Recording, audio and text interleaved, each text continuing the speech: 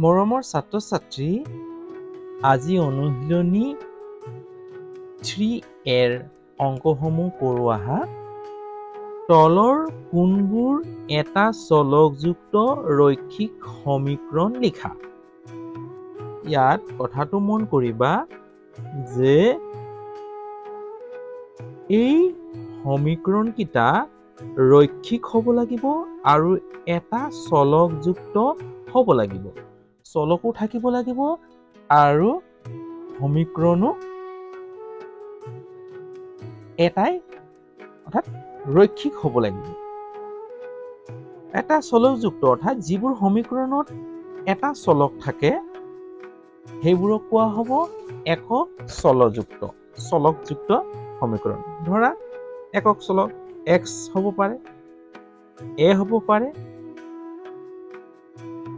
হ'ব b হ'ব পাৰে, c হ'ব পাৰে, যিকোনো এটা চলকযুক্ত হ'ব লাগিব। আৰু ৰৈখিক সমীকৰণ হ'লে মানে ৰৈখিক সমীকৰণ কি? যিবোৰ সমীকৰণৰ চলকৰ ঘাত 1, সমীকৰণৰ চলকৰ ঘাত কি থাকিব লাগিব? 1 হ'ব লাগিব। সেইবোৰ হ'ব ৰৈখিক সমীকৰণ। এতিয়া চোৱা, একক চলকযুক্ত ৰৈখিক সমীকৰণৰ আমাক বাছিব দিছে। চলকো থাকিব লাগিব এটা। এতিয়া আমি লিখিম কি লিখিম? উত্তৰ এটা চলকযুক্ত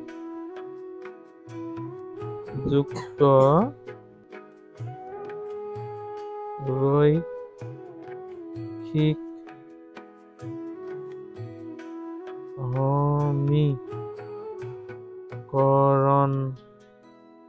সমীকৰণবোৰ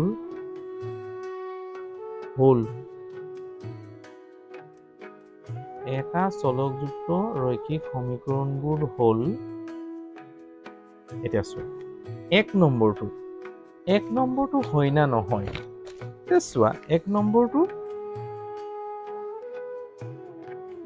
চলক কি আছে? দুটা আছে, x আৰু y। কি আছে? চলক দুটা আছে। ৰৈখিক সমীকৰণ হয়, কিন্তু চলক দুটা আছে। গতিকে এইটো আমি একক চলকযুক্ত সমীকৰণ কৰিব নোৱাৰো, ইয়াক ল'ব নোৱাৰো। এতিয়া চোৱা, 2 নম্বৰটো চোৱা, কিয় নোৱাৰো ইয়াক? x এটা আছে চলক আৰু y এটা আছে। 2 চলকযুক্ত কি হয়? সমীকৰণ হয়। এতিয়া চোৱা, কিন্তু ৰৈখিক সমীকৰণ হয়, ঘাত 1 আছে, ইয়াৰো ঘাত 1 আছে। 2 নম্বৰটো চোৱা, ইয়াত p, এইটো p, সমান চিহ্ন এফালেও p। এইটো একক চলকযুক্ত সমীকৰণ হয়। আৰু লগতে ৰৈখিক কৈছে চোৱা, p ৰ ঘাতো 1, ইয়াতো p ৰ ঘাত 1। গতিকে ই এটা ৰৈখিক সমীকৰণো হয়। তেতিয়াহ'লে আমি লিখিম যে 2 নম্বৰটো হয়।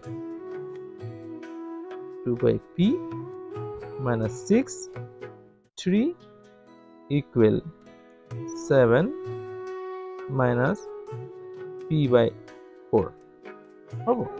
এইটো হয়। এতিয়া 3 নম্বৰটো চোৱা, একক চলকযুক্ত হয় x, কিন্তু ৰৈখিক নহয়। কিয়? ইয়াৰ ঘাত 2। গতিকে 2 ঘাতযুক্ত সমীকৰণ। গতিকে 2 ঘাতযুক্ত একক চলকযুক্ত, 2 ঘাত থকা একক চলকযুক্ত সমীকৰণ। গতিকে এইটো নহয়। চোৱা, 4 নম্বৰটো y একক চলকযুক্ত হয় কি নহয়? হয়। ৰৈখিকো হয়। y ৰ ঘাত 1, একো নাথাকিলে 1। গতিকে 2 নম্বৰটো হয়, 4 নম্বৰটো হয়।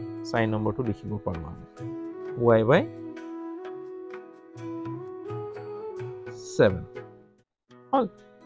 5 নম্বৰটো চোৱা, 5 নম্বৰটো কি দি আছে? 2x, x ৰ ঘাত 1, এইফালেও চোৱা 7x, x ৰ ঘাত 1, ৰৈখিক সমীকৰণ হয়। আৰু লগতে x এটাই চলক আছে, এটো x গতিকে একক চলকযুক্ত হয় একক চলকযুক্ত ৰৈখিক সমীকৰণ হয় কি নহয় আমি লিখিব পাৰো কি বুলি লিখিব পাৰো 2x plus 3 equals 7x minus 9 এটো এটা একক চলকযুক্ত ৰৈখিক সমীকৰণ হয় এটা 6 নম্বৰটো হয় নহয় এটা চোৱা একক চলকযুক্ত হয় ইয়াতো x কিন্তু সমান চিহ্নৰ ফালে x সমান চিহ্নৰ কিন্তু ইয়াত চোৱা ইয়াৰ ঘাতটো x ৰ ঘাত 2 অৰ্থাৎ ই দ্বিঘাতীয় একক চলকযুক্ত ৰৈখিক সমীকৰণ গতিকে ই ৰৈখিক সমীকৰণ নহয় একক চলকযুক্ত হয় কিন্তু ৰৈখিক সমীকৰণ নহয় এটা চোৱা ক্লাছৰ 6 নম্বৰটো y ৰ ঘাত 2 একক চলকযুক্ত হয় কিন্তু দ্বিঘাতীয় হয় গতিকে ইও নহয় এটা চোৱা 8 নম্বৰটো t সমান চিহ্ন এফালৰ t এফালৰ t ঘাত দুটাও 1 1 গতিকে একক চলকযুক্ত ৰৈখিক সমীকৰণ বা এঘাতীয় সমীকৰণ হয় ৰৈখিকে মানে এঘাতীয় গতিকে 8 নম্বৰটো ইয়াত লিখিব পাৰো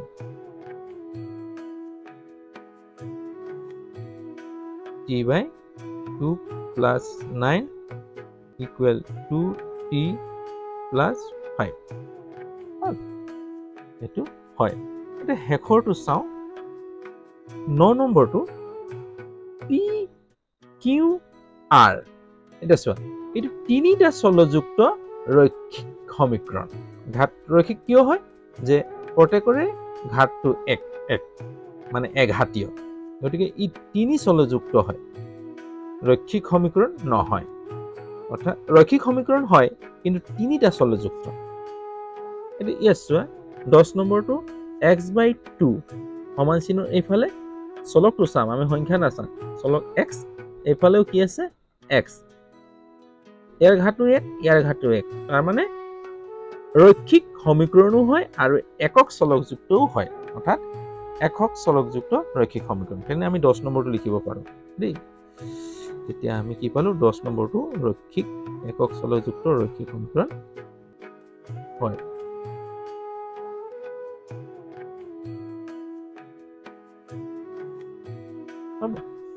আমি 10 নম্বৰটো লিখিম আমি বাছি ললো এতিয়া মনত থাকিলে নহয় যে একক চলকযুক্ত অৰ্থাৎ এটা চলকযুক্ত ৰৈখিক সমীকৰণ এই হম যে ঘাত চাবা ৰৈখিক কলে ঘাতটো 1 থাকিব লাগিব আৰু চলক কলে মানে এটাই থাকিব লাগিব p হলে p x হলে x y হলে y z হলে z t হলে t হ'ব যদি অংকসমূহ বুজি পাইছা তেতিয়া হলে লাইক এটা কৰি দিবা আৰু যদি বুজাত কিবা অসুবিধা থাকে তেনে কমেন্টত জনাবা মই তাৰ ওপৰত এটা ভিডিও বনাবলৈ চেষ্টা কৰিম তোমাক ভালকৈ বুজাবলৈ চেষ্টা কৰিম আজিলৈ হ'ব তোমালোকৰ পৰা জীৱন সময় হওক আনন্দময় হওক ইয়াৰে আশাৰে বাই